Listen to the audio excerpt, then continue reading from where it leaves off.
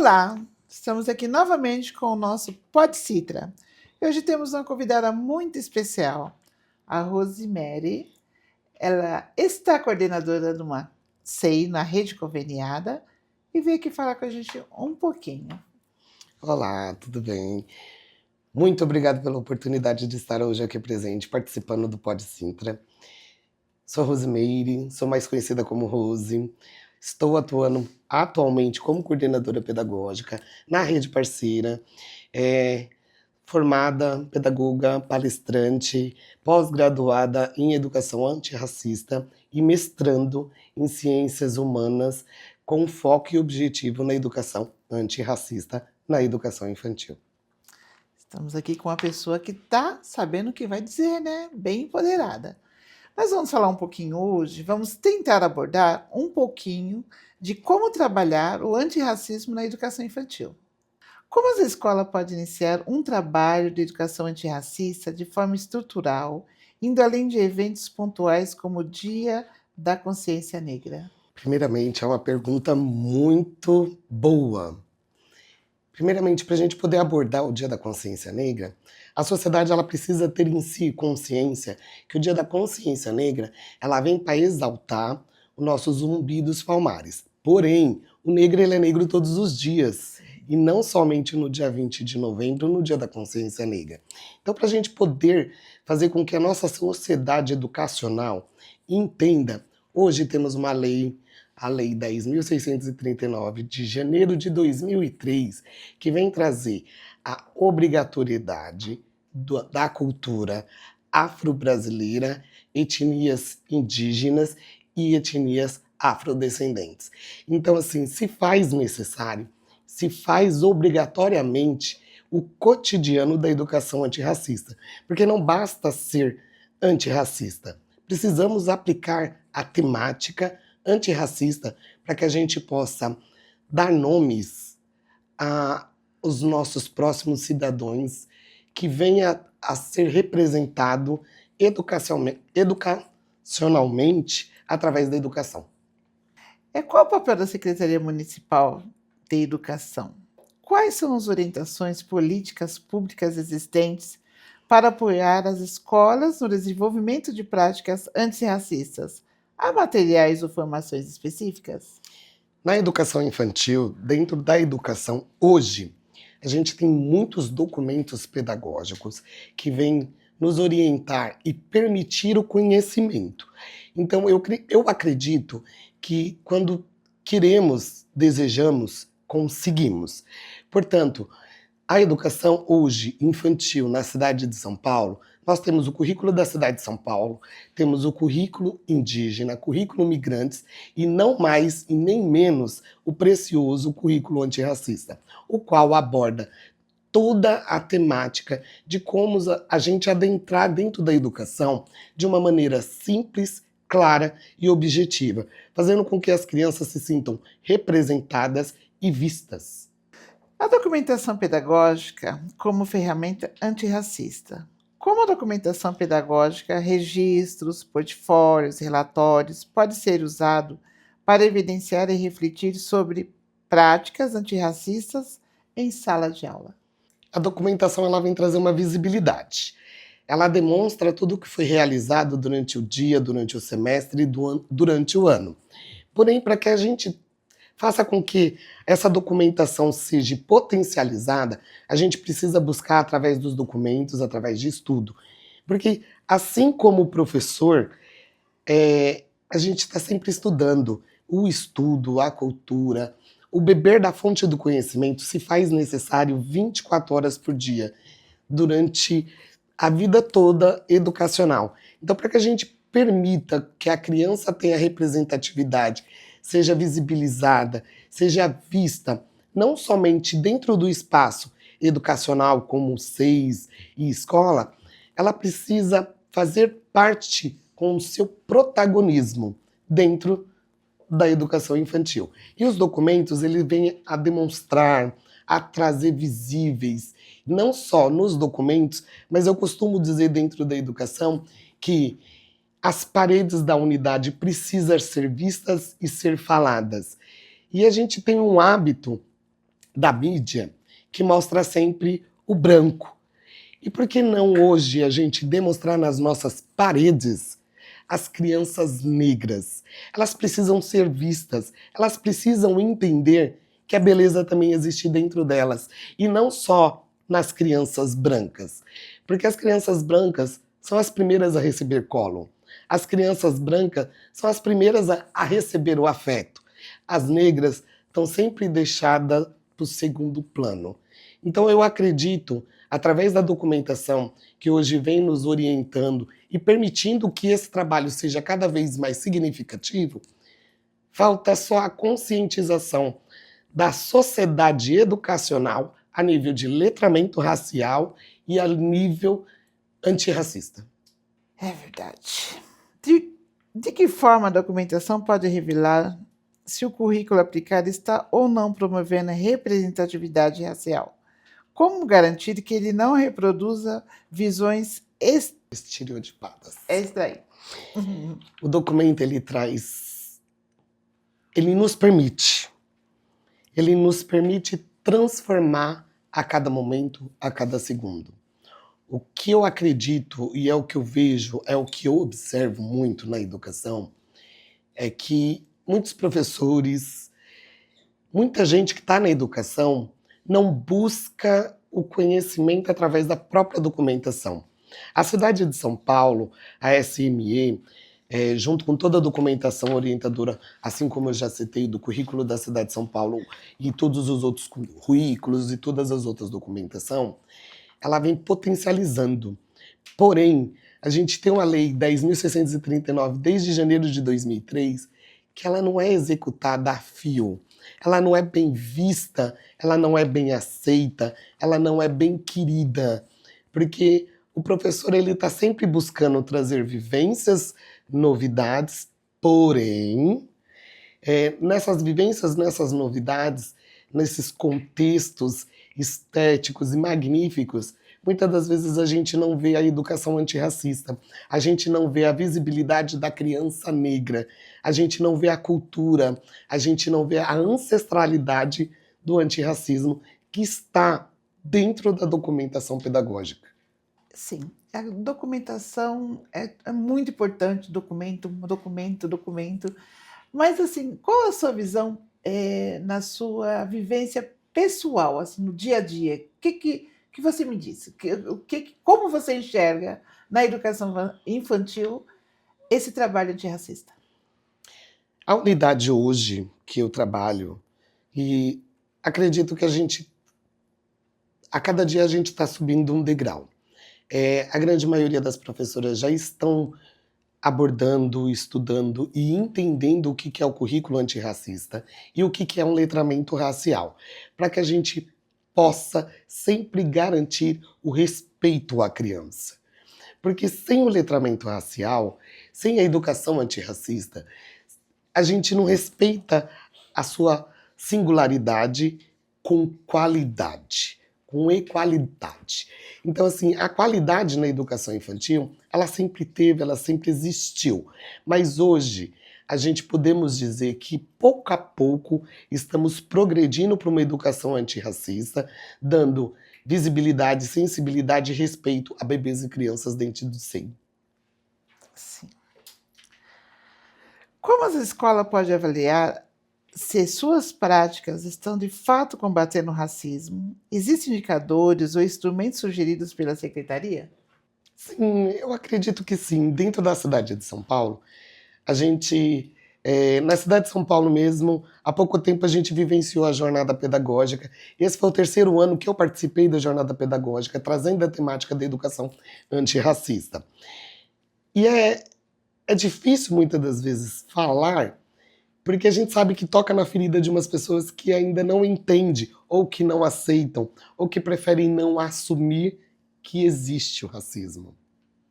Eu percebo, Rose, que a gente sempre tem que ter o cuidado, né?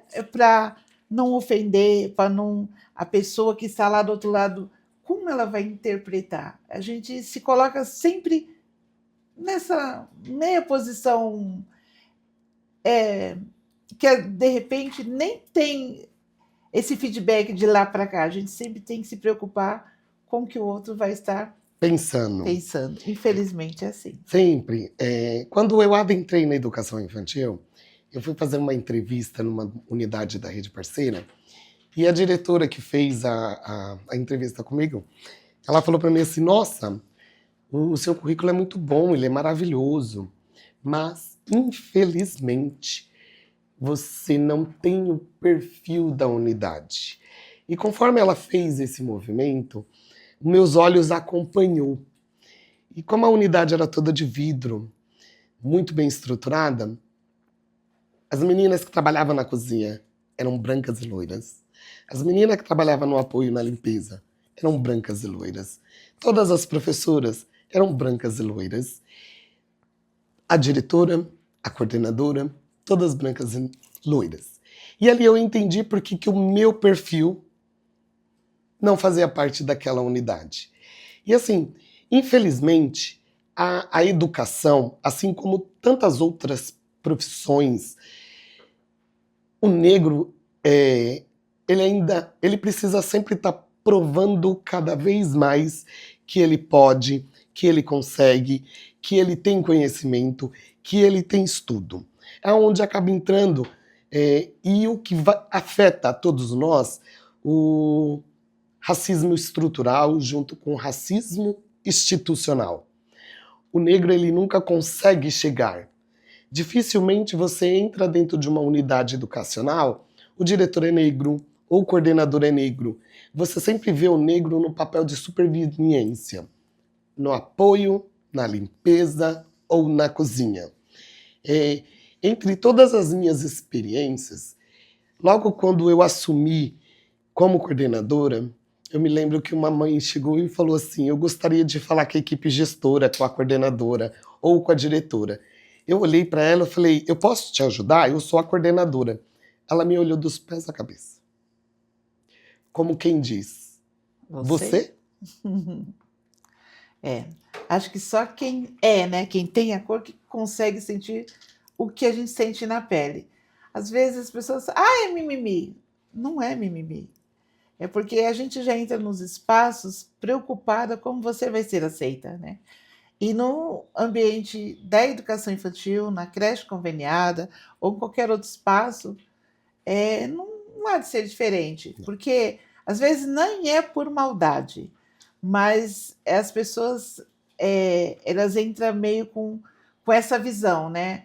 Aí você já sentiu assim, quando você foi ser professora, o medo de um aluno ou o pai do aluno não te aceitar? Sim, muitas das vezes. Até hoje. Se eu dizer que esse medo não existe, não, ele existe. E como existe? Já passei por situações em sala de aula que a criança não se aproxima, que a criança não chega perto. E a voz até embarga para sair. Porque assim, é engraçado como o ser humano rotula pela cor da pele. Pode entrar quando é branco, ou com a pele mais clara, com uma tonalidade da paleta mais clara. Mas eu sou negra, eu sou preta. Eu não tenho como esconder quem eu sou. Eu não tenho como vivenciar em vários mundos. Eu sou negra e sou vista como uma mulher preta. Então, assim, muitas crianças, às vezes, elas entravam na sala e me via a professora negra. Meu tom de voz é alto, é um pouco até mais grosso, né?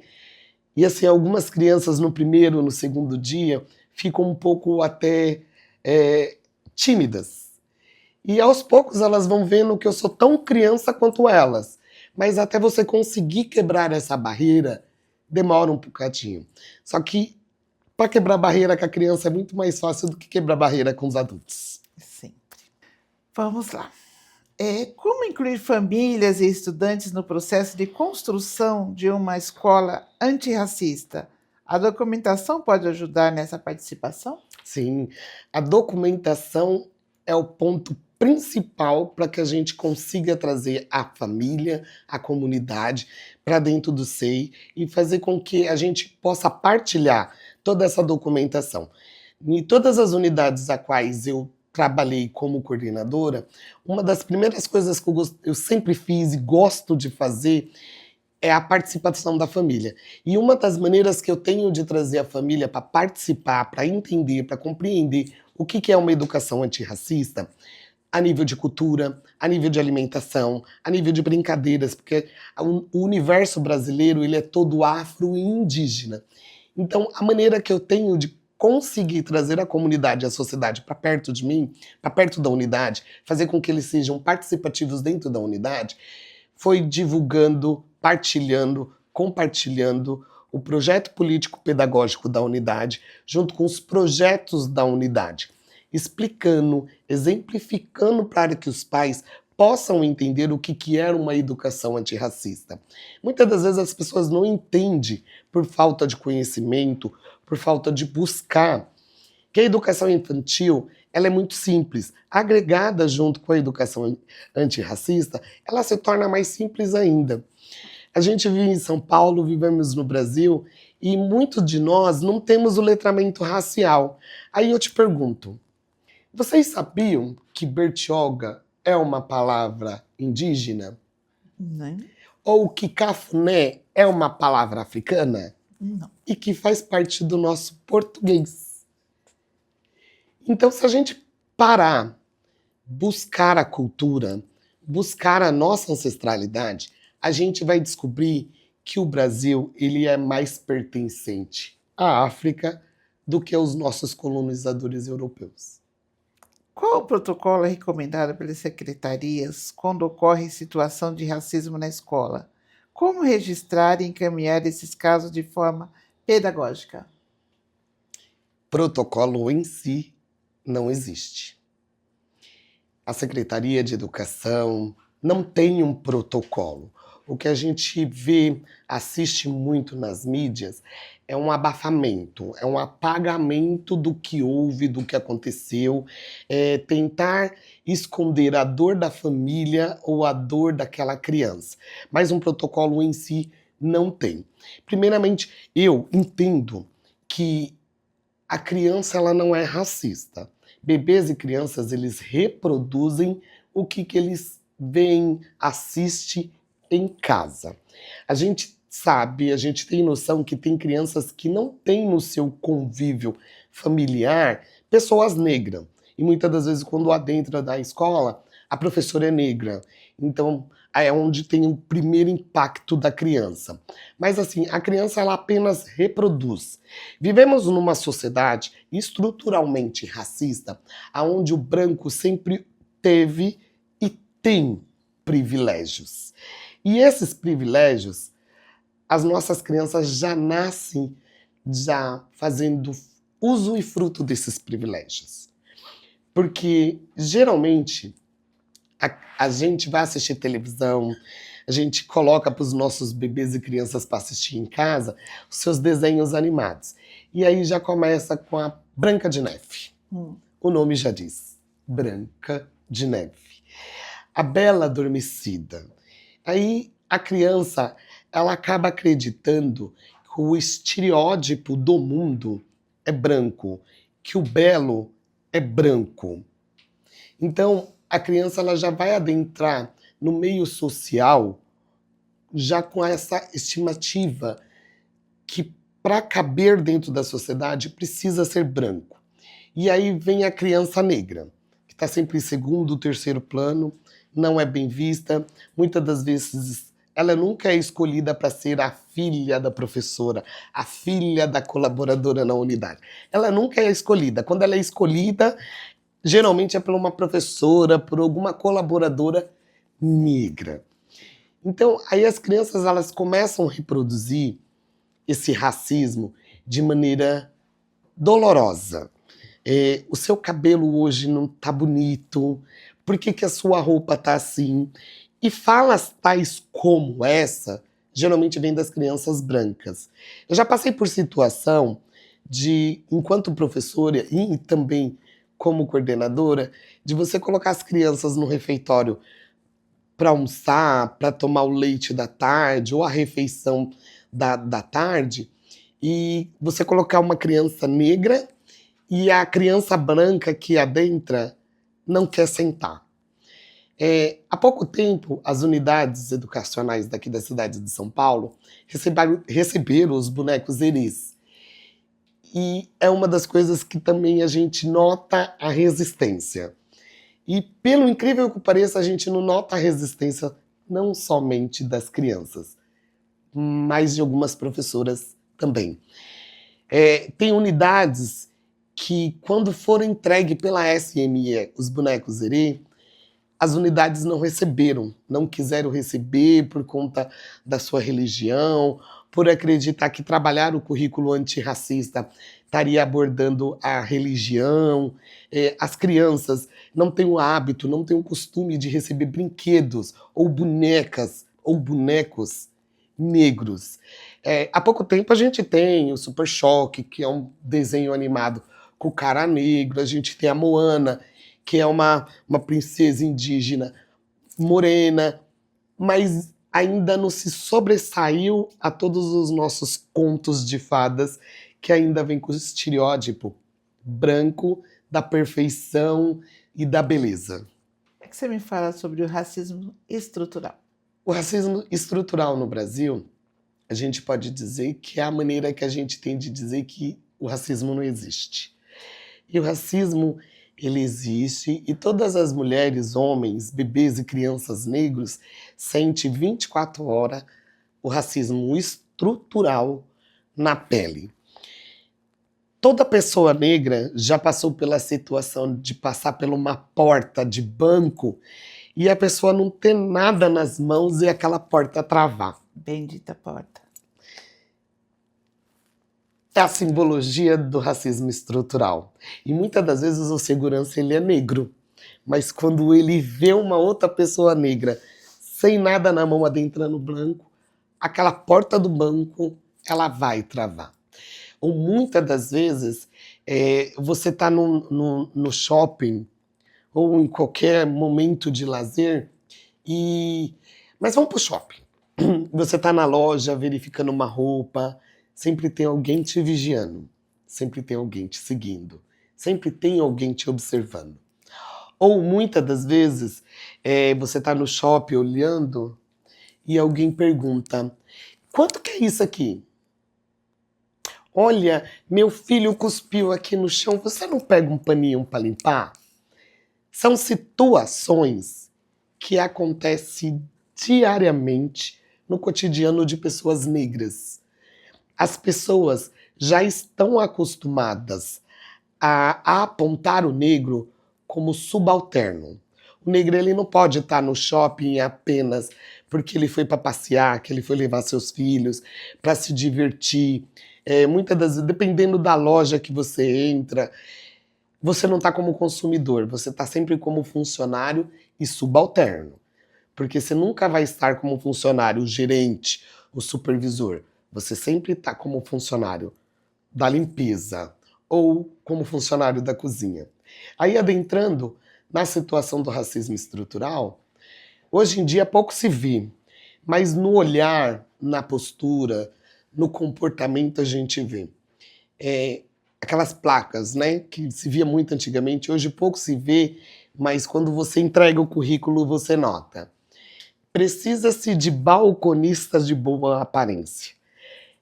É nítido que o boa aparência é branco, loiro, magro. Hoje, quando você entrega o currículo, dependendo da unidade, dependendo do espaço, você vai passar pelo olhar. A pessoa vai te olhar dos pés à cabeça.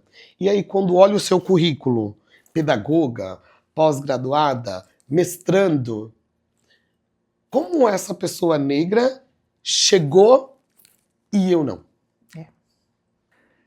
O racismo estrutural chega a tal ponto de que uma mãe negra não pode nem ter filho branco, né? Não. Elas têm que ser a babá daquele filho branco. Passam por essas situações delicadas, porque assim, eu sou negra, minha mãe era negra, meu pai era negro, eu sou casada com um homem que tem a paleta do tom de pele branco, mas a minha sogra era negra retinta e o meu sogro, ele tinha uma paleta de tom de pele um pouco mais clara, fazendo com que o meu marido fosse um pouco mais claro. E é o que eu vejo na minha vida e é o que eu vejo hoje dentro das comunidades convivendo na educação infantil. Quando chega uma mulher negra com um bebê recém-nascido, com poucos dias, ou até com 2, 3 anos de idade, e a criança é um pouco, vamos colocar, com a pele mais coisadinha, sempre tem alguém que vai olhar e vai perguntar: é seu sobrinho? Uhum. Mas quando pergunta é seu sobrinho é de uma maneira delicada, porque a pessoa gostaria de perguntar: é seu filho? E por que o negro não pode ter uma criança de tonalidade de palheta branca? É comum, é natural. As pessoas no Brasil e na educação, elas precisam entender que o Brasil ele é um país completamente mistificado. Se a gente for colocar na régua, o Brasil é 80% negro, ele é 80% afro. Então, assim, eu, enquanto coordenadora, que estou como coordenadora, o setor onde eu trabalho, a minha comunidade é toda negra. Temos algumas paletas, temos algumas crianças brancas, como eu acabei de falar. O Brasil ele é um país mistificado. Então a gente vai ter todas as tonalidades de pele, todas as estruturas de cabelo. Mas a gente precisa aprender a deixar essas diferenças de lado. Aprender a ver a pessoa no coração. E não pela sua tom de pele, pelo seu tom de voz ou pelo seu tipo de cabelo. A secretaria disponibiliza acervos, livros, filmes ou projetos que auxiliem no trabalho antirracista? Como acessá-los? A Prefeitura de São Paulo já tem uns 3, 4 anos que ela vem trazendo um acervo magnífico para a educação. A unidade onde eu trabalho, a todo tempo vem chegando caminhões com vários livros da educação infantil, de livros infantis, que a gente pode estar trabalhando, estar desenvolvendo com as bebês e crianças, trazendo a sua cultura, trazendo a sua história, trazendo as suas vivências em animações literárias. O acervo da unidade onde eu trabalho, eu posso dizer com clareza, com firmeza, a gente tem mais de 1000 livros infantis que contam histórias africanas, que contam histórias indígenas, que falam sobre um antirracismo. Mas, infelizmente, acredito eu que algumas pessoas ainda têm um pouco de dificuldade em abordar tais temáticas, aonde o acervo na educação infantil ele é tão amplo, ele é tão claro, ele é tão objetivo, que a gente tem o Meu Cabelo de Lelê, a gente tem Brincadeiras Africanas, a gente tem Que Aldeia é Essa, e são literaturas infantis para contação de histórias, onde a gente consegue criar vários contextos magníficos e que muitas das vezes as docentes não se apropriam dessa leitura.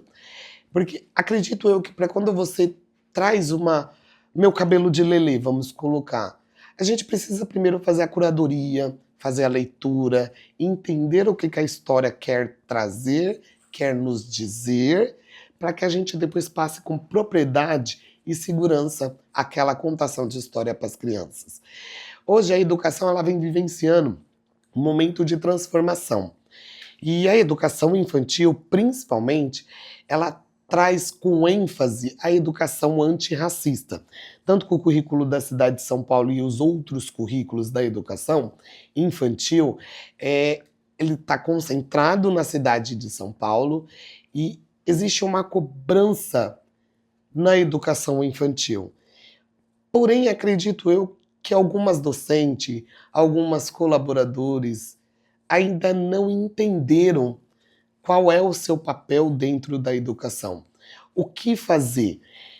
A educação ela permite uma transformação grandiosa, magnífica.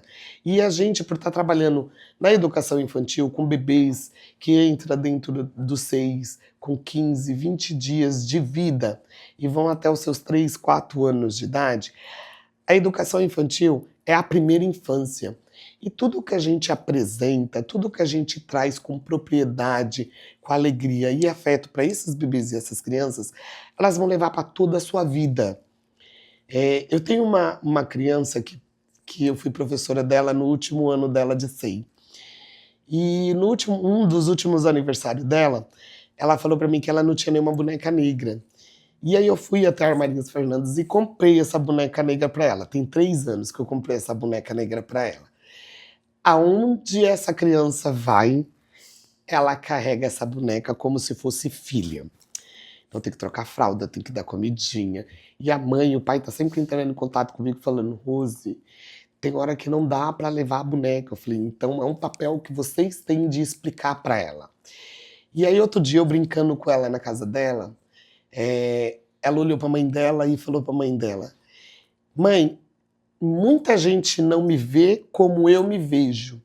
E aí a mãe dela perguntou para ela: mas filha, como você se vê? Eu me vejo negra. Eu me vejo negra. Detalhe, o pai e a mãe são de pele claras. E ela é uma criança, uma morena, uma negra, que eu prefiro chamá-la de negra, que ela é o retrato da educação antirracista. Ela conseguiu entender enquanto criança.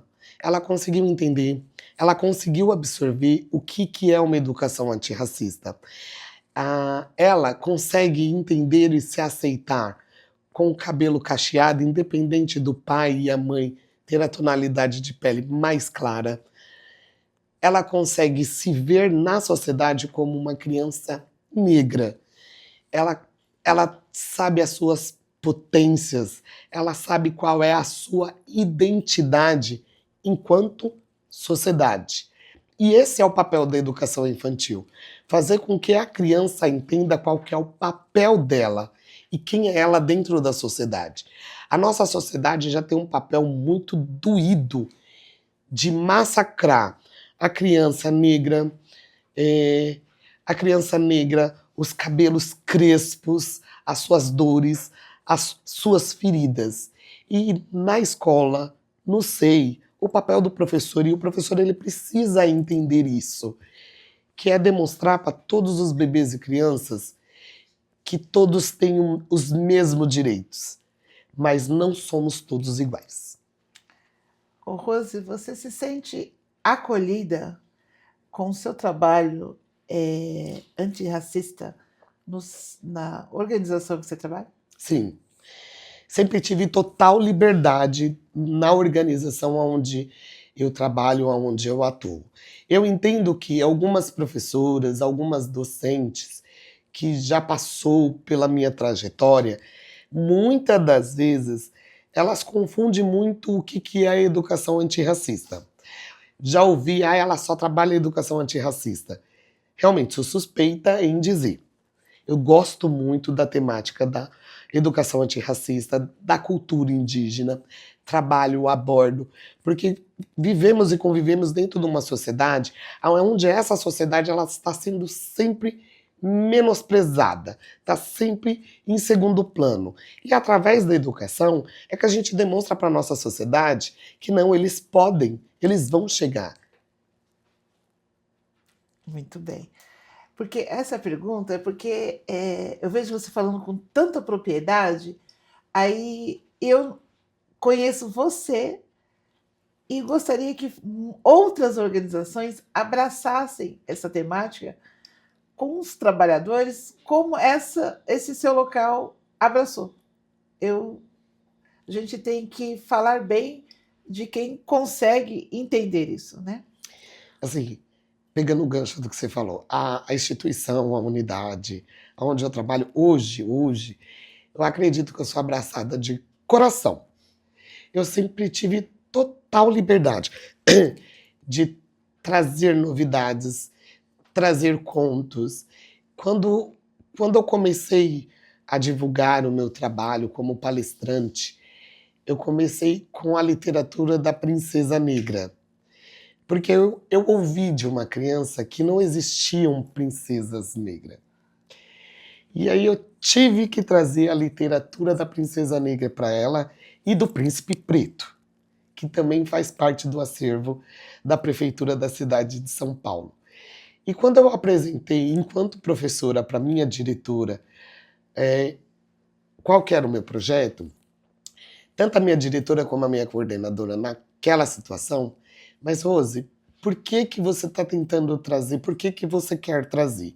Eu trouxe a fala de uma das minhas crianças, que não existiam princesas pretas, e trouxe a fala de uma mãe.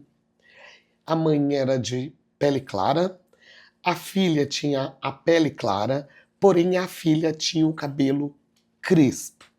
E a mãe estava sempre de escova, as tias sempre de escova, e a pequena queria fazer escova, mas por ter 2 anos de idade, fazia uma prancha e a prancha logo se perdia. E aí, com a fala da mãe, a gente vai adentrando a história, vai pesquisando, vai buscando. E aí a pequena falou para mim que um dos coleguinhas havia chamado ela de cabelo duro. E aí quando eu olhei pro coleguinha, eu vi que o coleguinha também era negro igual a mim, com tom de pele retinto. E foi por isso, por esses motivos, por ela fala da mãe. Então, pela fala da mãe, pela fala da criança, pelo comportamento dessa criança, pela fala de não existir princesa negra, não existir príncipe pretos, eu consegui, junto com a minha diretora e com a minha coordenadora, abordar toda a temática antirracista de uma maneira leve, clara e objetiva. Aquele ano foi um ano simbólico e muito satisfatório, porque a pequena que recebeu a fala de que o cabelo dela era duro, no início do ano ela não se olhava nem no espelho. E ao final do ano ela conseguia se olhar no espelho. Quando chegamos pro finalzinho do ano, eu me lembro que a gente estava já fazendo as festas de encerramento de Semana das Crianças e ela foi vestida de princesa preta. Isso é muito bom. Olha, Rose, foi um papo muito interessante, muito gratificante, mas a gente agora vai ter que estar, infelizmente, finalizando, né? Mas haverão próximas, com certeza. Vou convidar você novamente para a gente abordar outros temas e bater mais um papo assim tão gratificante. Foi muito bom. Muito obrigada. Eu que agradeço a oportunidade, eu agradeço o convite. Espero que esse Pod Sinfra Citra. Sintra chegue em todos os corações, que sensibilize para que a gente da educação consiga abordar de uma maneira afetuosa a educação antirracista. Muito obrigada.